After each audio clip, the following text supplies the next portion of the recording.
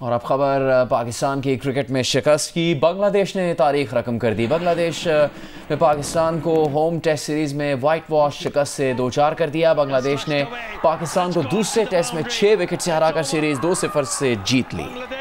दूसरे टेस्ट में match winning century बनाने वाले लिटन दास मैन ऑफ द मैच करार पाए, जबकि सीरीज में ऑलराउंडर कारकर्दगी दिखाने पर मेहदी हसन मिराज को मैन ऑफ द सीरीज का अवार्ड दिया गया। बलूचिस्तान असम्बली में वज़ीर आला बलूचिस्तान मीर सरफराज बुगटी इज़हार ख्याल कर रहे थे। उनका कहना था कि मुज़ाकरात के लिए हमारे दरवाजे आज भी खुले हैं, लेकिन जो अनासिर दहशतगर्दी करते हैं उनसे निपटा जाएगा। रियासत की ज़रूरत हो तो ऑपरेशन क्यों ना किया जाए, ये भी कहना था सरफराज बुगटी का। वज़ीर आला बलूचिस्तान सरफराज बुगटी ने कहा कि दहशतगर्दों के खिलाफ इंटेलिजेंस बेस्ड ऑपरेशन जारी रहेंगे। रियासत जालिम के साथ खड़ी नहीं हो सकती। वज़ीर आला बलूचिस्तान ने खिताब किया है बलूचिस्तान असम्बली में और कहा है कि उनका सियासी सरमाया रियासत से ज़्यादा अहम नहीं है। अभी आपको एक खबर देंगे। लाहौर के मुख्तलिफ इलाकों में तेज़ हवाओं के साथ बारिश हो रही है। बारिश के बाद लाहौर में गर्मी का जोर टूट गया है। मौसम के बारे में मज़ीद बता रही हैं नुमाइंदा जियो न्यूज़ इरम आवान। जी बिल्कुल, इस वक्त मैं डेविस रोड के इलाके में मौजूद हूँ। यहाँ पर मूसलाधार बारिश का सिलसिला जो है शुरू हो चुका है। अगर बात की जाए मौसम की तो सुबह सवेरे से ही लाहौर शहर में बादलों का राज था और साथ ही साथ हवाएं भी चल रही थी, लेकिन कुछ देर पहले ही हवाएं चलने के साथ साथ बादलों ने बरसना भी शुरू कर दिया, जिससे लाहौर का मौसम इंतहाई खुशगवार हो गया है। ठंडी हवाएँ चल रही हैं और बादलों ने भी बरसना शुरू कर दिया है। अगर बात की जाए दीगर मुख्तलिफ इलाकों की तो उसमें माल रोड, जेल रोड, गुलबर्ग, गड़ी शाह, इसके अलावा एबिट रोड और शादमान में भी इस वक्त मूसलाधार बारिश का सिलसिला जारी है। इस वक्त दर्जा हरारत 28 डिग्री सेंटीग्रेड रिकॉर्ड किया गया है। तो दूसरी तरफ बात की जाए महकमा मौसमियात की तो महकमा मौसमियात ने इस बारिश का सिलसिला आइंदा 24 घंटे तक जारी रहने का इम्कान जाहिर किया है। जी, लाहौर और नवाही इलाकों में मूसलाधार बारिश के बाद मुख्तलिफ सड़कों पर पानी जमा हो गया है, जिससे शहरियों को परेशानी का सामना करना पड़ रहा है।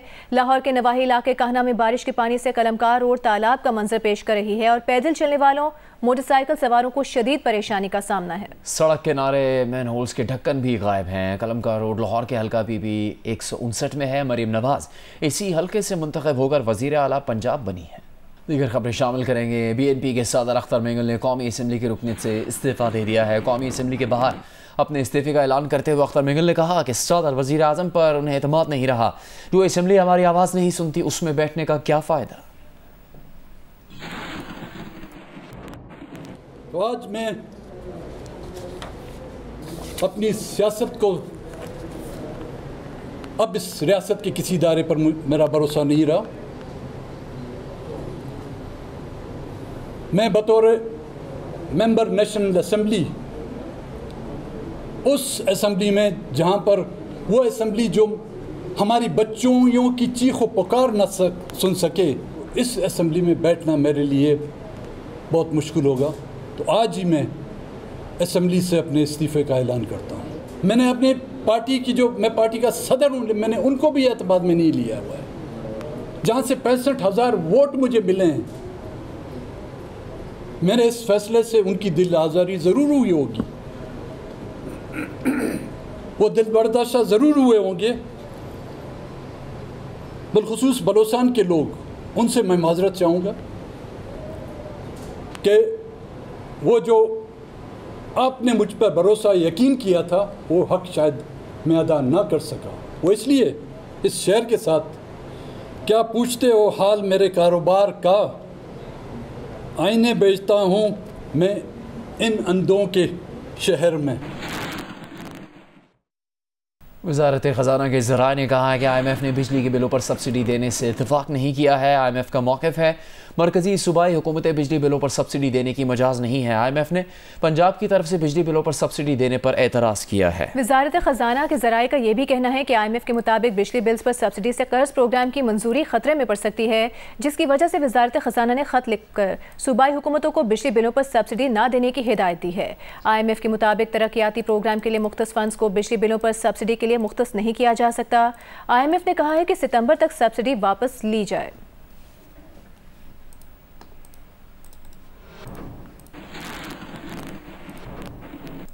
वज़ीर ख़जाना मोहम्मद औरंगज़ेब ने कहा है कि IMF प्रोग्राम की मंजूरी आखिरी मराहिल में है। एक्सटर्नल फाइनेंसिंग का गैप ख़त्म करने के लिए दोस्त मुल्कों से बात चल रही है। सरकारी TV पर गुफ्तगू करते हुए वज़ीर ख़जाना मोहम्मद औरंगज़ेब ने ताजिरों पर आई टैक्स वापस लेने का इम्कान मुस्तरद किया और कहा, रिटेलर्स, होलसेलर्स और डिस्ट्रीब्यूटर्स पर आई टैक्स किसी सूरत वापस नहीं लिया जाएगा।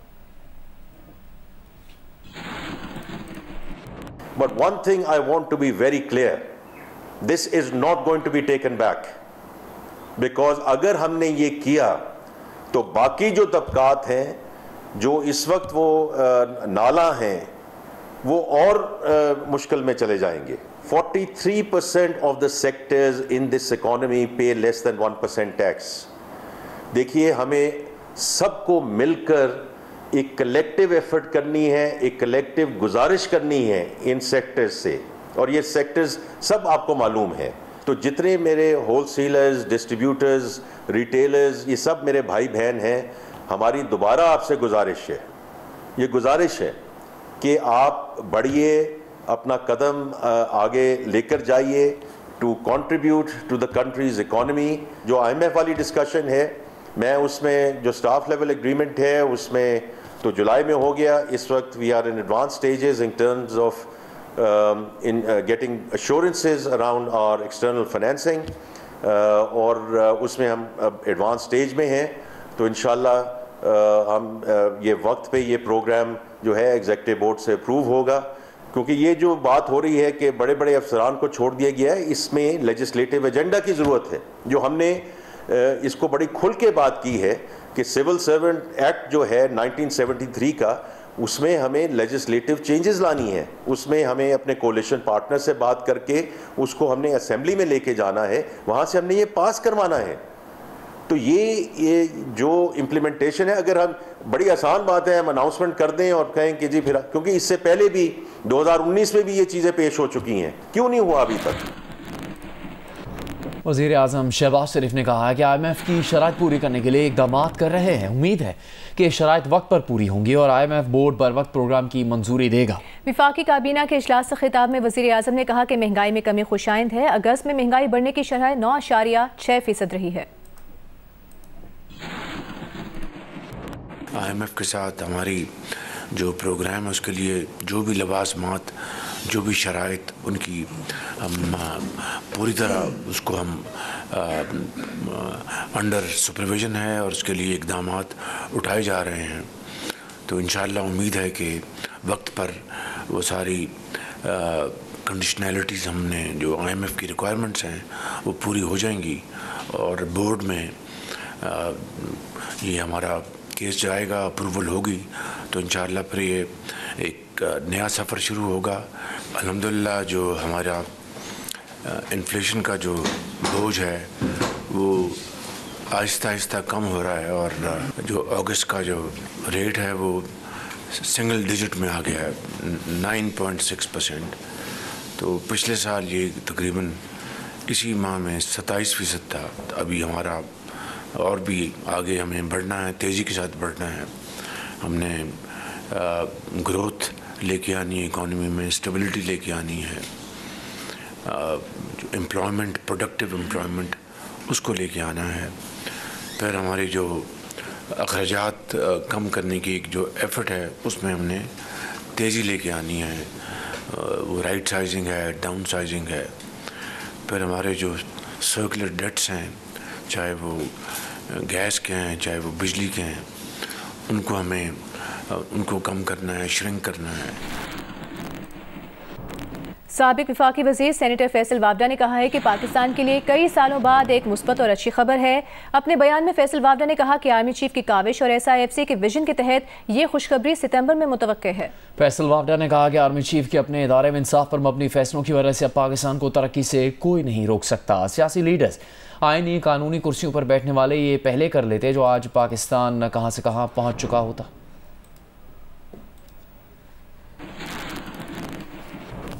विफाकी वज़ीर दाखिला मोहसिन नकवी ने कहा कि बलूचिस्तान में 26 अफराद का कत्ल कल अदम तंजीमों ने मिलकर किया। सेनेट की कायमा कमेटी बराए दाखिला में बयान देते हुए कहा कि बलूचिस्तान में FC कैंप पर हमले के दौरान 14 वॉच टावर्स पर फायरिंग हो रही थी।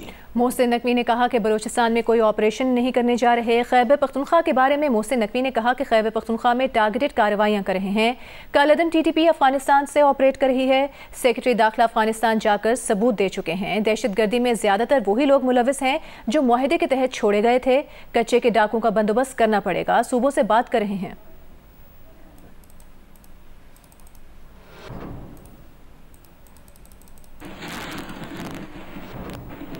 सेनेट की कायमा कमेटी बराए दाखिला के इजलास में PTI के सैफुल्लाह अब्रो और पीपल्स पार्टी के शहादत अवान के दरमियान सेनेट स्टैंडिंग कमेटी में तल कलामी हुई।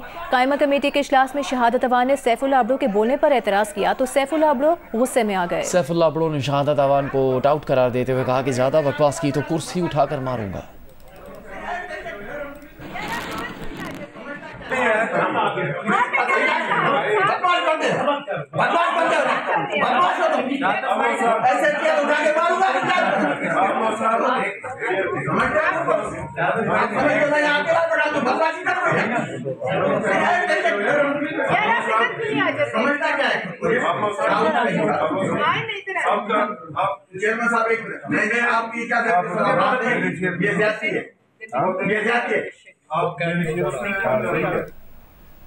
कौमी असम्बली में सूबों की ज़मीनों की अलॉटमेंट पर बहस हुई। पीपल्स पार्टी के खुर्शीद शाह ने कहा कि सिंध की लाखों एकड़ ज़मीन देने का फैसला हमने नहीं, निगरान हुकूमत ने किया था। सिंध में पहले ही पानी की किल्लत है, लाखों एकड़ ज़मीन आबाद करने के लिए पानी कहाँ से आएगा, आप फैसला कर लें। 48 लाख एकड़ ज़मीन चाहिए या पाकिस्तान। वफाकी वज़ीर आबी वसाइल मुसादिक मलिक ने जवाब दिया कि अगर ज़मीन देने का फैसला आपने नहीं किया तो फैसला वापस ले लें।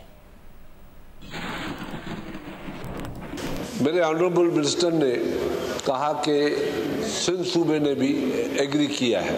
ये बड़े गौर से सुनने की बात है और पंजाब ने भी किया है। ये बता देंगे कि ये कब हुआ था या क्या इलेक्टेड गवर्नमेंट ने जो हम मौजूद हैं इस पार्लियामेंट ने या सूबाई हुकूमत ने जो इलेक्टेड सूबाई हुकूमत है उसने ये एग्रीमेंट किया। ये केयर टेकर गवर्नमेंट में हुआ। कितनी एक्सप्लॉयटेशन है कि सिंध सूबे ने कर दिया, पंजाब ने कर दिया। जनाब खुदारा पहले पाकिस्तान बाद में हम सब। बांग्लादेश भी नहीं बना था, वहाँ पे नारा GM सईद ने लगाया था सिंधु देश का और उसको पीपल्स पार्टी ने फेस किया। पीपल्स पार्टी ने उसको ख़त्म किया। पीपल्स पार्टी ने सिंध के लोगों को सेव किया। हमने इस तहरीक को तबाह कर दिया, ख़त्म कर दिया। तो आप इस तरफ जाने से पहले इस चीज़ को महसूस करें कि 8 लाख एकड़ ज़मीन पे या 48 लाख एकड़ ज़मीन पे कितना पानी चाहिए और हमें पाकिस्तान चाहिए या 48 लाख ज़मीन चाहिए। एक का फैसला करना पड़ेगा। अगर आपकी बात ठीक है सर तो वापस ले लें। अगर आपकी ये बात ठीक है और आप किसी भी हुकूमत का फैसला वापस लेना चाहते हैं, आपके पास पूरा राइट है सर। आप पूरा एक हाउस का सबसे बड़ा हिस्सा हैं, वापस ले लें सर। तो ये गुफ्तगू ही ख़त्म हो जाएगी। जब आप ज़मीन दे भी रहे हैं, वापस ले भी नहीं रहे हैं। अभी आपको बताएंगे इंटरनेट पर वीडियो पोस्ट करने पर खातून कांस्टेबल समेत कराची पुलिस के 2 एहलकारों को मुअत्तल कर दिया गया है। इस बारे में बात करेंगे नुमाइंदा जियो न्यूज़ दानियाल सैयद से। दानियाल सैयद, क्या वाकया पेश आया और क्या कार्रवाई की गई है? जी देखिए, बिल्कुल आज सुबह एक सोशल मीडिया पर वीडियो वायरल हुई थी खातून एहलकार की, जिस पर DIG साउथ असद रजा ने नोटिस किया। खातून लेडी कांस्टेबल को मुअत्तल किया गया। मारिया नामी कांस्टेबल थी जो किसी थाने में तैनात थी, इनको मुअत्तल कर दिया गया है। सोशल मीडिया पर एक और पुलिस एहलकार की भी वीडियो वायरल हुई है जो जियो न्यूज़ को मौसूल हुई है। SSP सिटी ने इस वाक़े का एक्शन लिया है और वीडियो बनाने वाले कांस्टेबल को मुअत्तल कर दिया है। कांस्टेबल ये ज़िशान है जो थाना बगदादी में तैनात था। साल 2023 में इसने ये वीडियो अपलोड की थी जो वायरल हुई, जिस पर इस एहलकार को मुअत्तल किया गया है। IJ संध का दीगर पुलिस हुक्काम का कहना है कि संध पुलिस एक प्रोफेशनल इदारा और इस तरह की गैर जिम्मेदाराना फेल की किसी को इजाजत नहीं दी जा सकती। जो भी एहलकार सड़कों पर असले की नुमाइश करके वीडियो बनाकर सोशल मीडिया पर वायरल करेंगे उनको मुअत्तल किया जाएगा और महकमा जाती कार्रवाई अमल में लाई जाएगी। शुक्रिया दानियाल।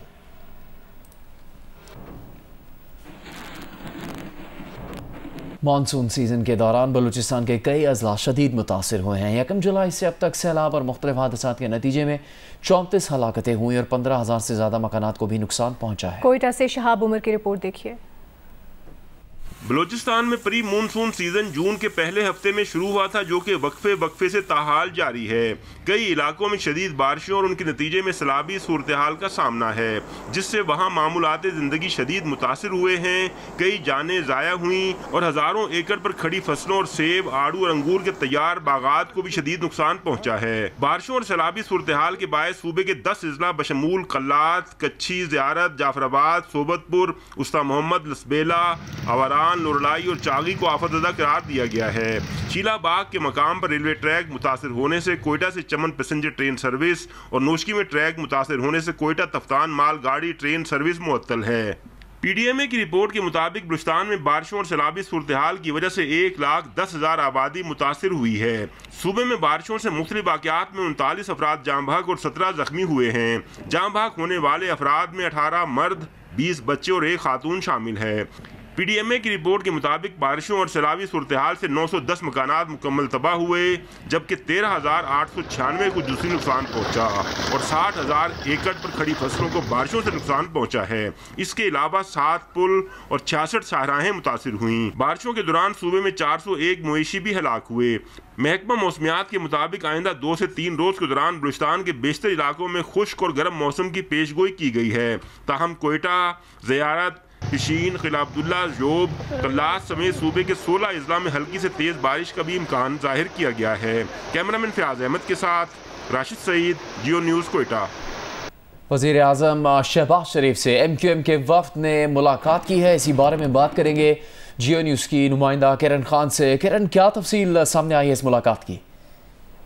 जी बिल्कुल, MQM पाकिस्तान के वक्त की वज़ीर आज़म शहबाज शरीफ से इस्लामाबाद में मुलाकात हुई। मुलाकात में MQM की जानिब से मुख्तलिफ अवामी मसाइल भी सामने लाए गए, जबकि ICPs का मामला भी जो है वो एक बार फिर उठाया गया। MQM की जानिब से मकामी हुकूमतों के हवाले से जो तरामीम पेश की गई थी, तजवीज़ दी गई थी तरामीम करने की, उसका भी MQM ने मुतालबा किया कि उस पर फौरी अमल दरामद के लिए इक़दाम किए जाएँ। साथ साथ जो फंड्स कराची, हैदराबाद और सिंध के दीगर शहरों के लिए वफाकी हुकूमत की जानिब से तरक्याती पैकेजेस में मुख्तस किए गए हैं, उसका तरीक़ाकार भी जो है वो तय हुआ और ये बात तय की गई है मुलाकात के अंदर कि जितने भी तरक्याती पैकेजेस हैदराबाद और कराची के लिए रखे गए हैं और सिंध के दीगर शहरों के लिए मंजूर कराए गए हैं, वो तमाम तर फंड जो है वो SITCL के थ्रू जो है वो कराची में मुख्तलिफ स्कीमों पर लगाए जाएंगे। जी शुक्रिया आपका किरण खान इस तफसील के लिए।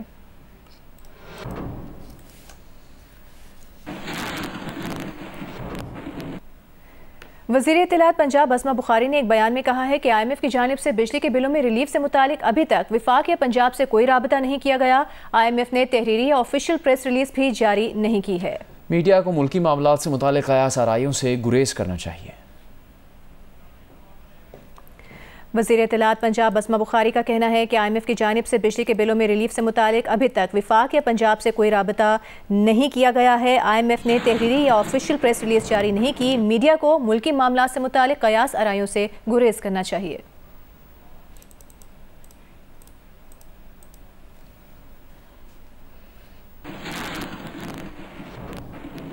आपको बताएंगे, इस्लामाबाद हाई कोर्ट ने लापता फैज़ान उस्मान को कल तक बाजियाब करवा के अदालत में पेश करने का हुक्म दे दिया है। इस्लामाबाद हाई कोर्ट के जस्टिस बाबर सत्तार ने आज की समाअत का तहरीरी हुक्मनामा जारी कर दिया। इस्लामाबाद हाई कोर्ट ने फैज़ान उस्मान को लापता करने वाले अफराद की निशानदही का भी हुक्म दिया है। लापता फैज़ान की अदम बाजियाबी पर फरीकैन 7 रोज़ में बयान हलफी जमा कराएं, ये कहा गया है तहरीरी हुक्मनामे में। सेक्रेटरी दाखिला, दिफा, IG इस्लामाबाद और दीगर को बयान हलफी जमा कराने की हिदायत की गई है अदालत की जानिब से। फैज़ान उस्मान का केस बादियों नज़र में जबरी गुमशुदगी का केस है। सुप्रीम कोर्ट और हाई कोर्ट कह चुकी हैं कि जबरी गुमशुदगियाँ काबिल नफरत अमल है, जिसे ख़त्म हो जाना चाहिए। इस्लामाबाद हाई कोर्ट ने लापता फैज़ान उस्मान को कल तक बाजियाब करवा के अदालत में पेश करने का हुक्म दे दिया है।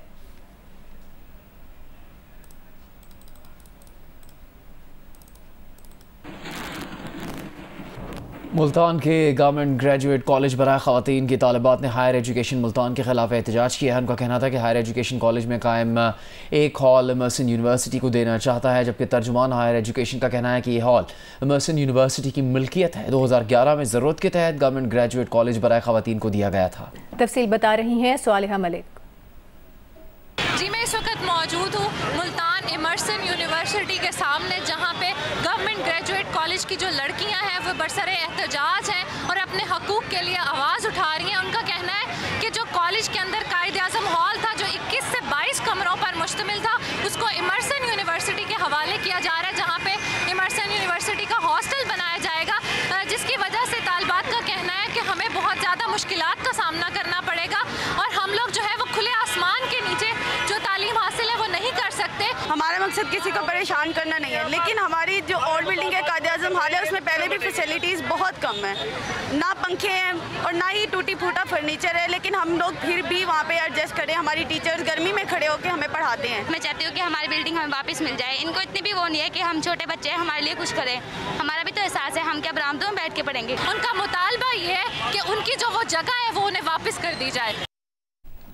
सिंध असम्बली में तारिकीन वतन को निकालने की तहरीक इल्तवा मुतफ़िक़ा तौर पर मंजूर कर ली गई। सूबाई वज़ीर दाखिला ज़िया लंजा ने कहा कि सिंध में पहले ही बहुत मसाइल हैं, अब गैर कानूनी तारिकीन का बोझ बर्दाश्त नहीं कर सकते। इजलास के बारे में आपको बताएंगे कराची से राना जावेद। सिंध असम्बली में तारकीन वतन को निकालने के लिए तहरीक इल्तवा पीपल्स पार्टी की रुकन हीर सोहू ने पेश की। तहरीक इल्तवा पर मारवी राशिदी की तकरीर में महाजिर लफ्ज़ पर पीपल्स पार्टी और MKM में तल्ख कलामी और शोर शराबा हुआ। मुझे समझ नहीं आता कि मैंने किसकी दुम पे हाथ रख दिया, पैर रख दिया, मुझे तो ये समझ नहीं आ रहा। गैर कानूनी जो भी बैठा हुआ है, अफगानी हो, बर्मी हो, अफगानी कोई भी बैठा हुआ है, उन्होंने गैर कानूनी कहा है, आप ये तो देखें। हम हीर सोहू का कहना था कि गैर कानूनी तारकीन वतन की बड़ी तादाद कराची में रहती है और इनमें सबसे ज्यादा तादाद अफगान तारकीन की है। जो भी तारीखी वतन किसी भी मुल्क का आपके पास रह रहा है उसको डिपोर्ट कर रहे हैं, उसको उसके मुल्क भेज दें तो वो ज्यादा बेहतर रहेगा। हम मुश्किल तरीन हालात में हैं। सूबाई वजीर सईद गनी ने कहा कि मुल्क में दहशत गर्दी बढ़ने का सबसे बड़ा सबब गैर कानूनी तारकीन वतन है। ये सिर्फ सिंध का नहीं पूरे पाकिस्तान का मसला है। किसी मुल्क में बहुत बड़ी तादाद में इलीगल इमिग्रेंट्स आ गए हों जिनका कोई रिकॉर्ड ना हो, कोई डेटा ना हो, कुछ न पता चले कि कौन कहाँ पे रह रहा है, तो आप प्लानिंग नहीं कर सकते हैं और मुल्क की तमाम जो मनसूबाबंदी होती है वो कहीं से कहीं निकल जाती है और बेपनाह मसाइल पैदा होते हैं। हमारे अपने ही जो मसाइल हैं वो इतने हैं सिंध में रहने वालों के, तो वो फिर इलीगल इमिग्रेंट्स का बोझ नहीं बर्दाश्त कर सकते। ऐवान में गैर कानूनी तारकीन वतन को निकालने से मुताल्लिक तहरीक इल्तवा मुत्तफ़िक़ा राय से मंजूर कर ली गई। कैमरामैन अल्ताफ़ हुसैन और नासिर अली के साथ राना जावेद, जियो न्यूज़ कराची।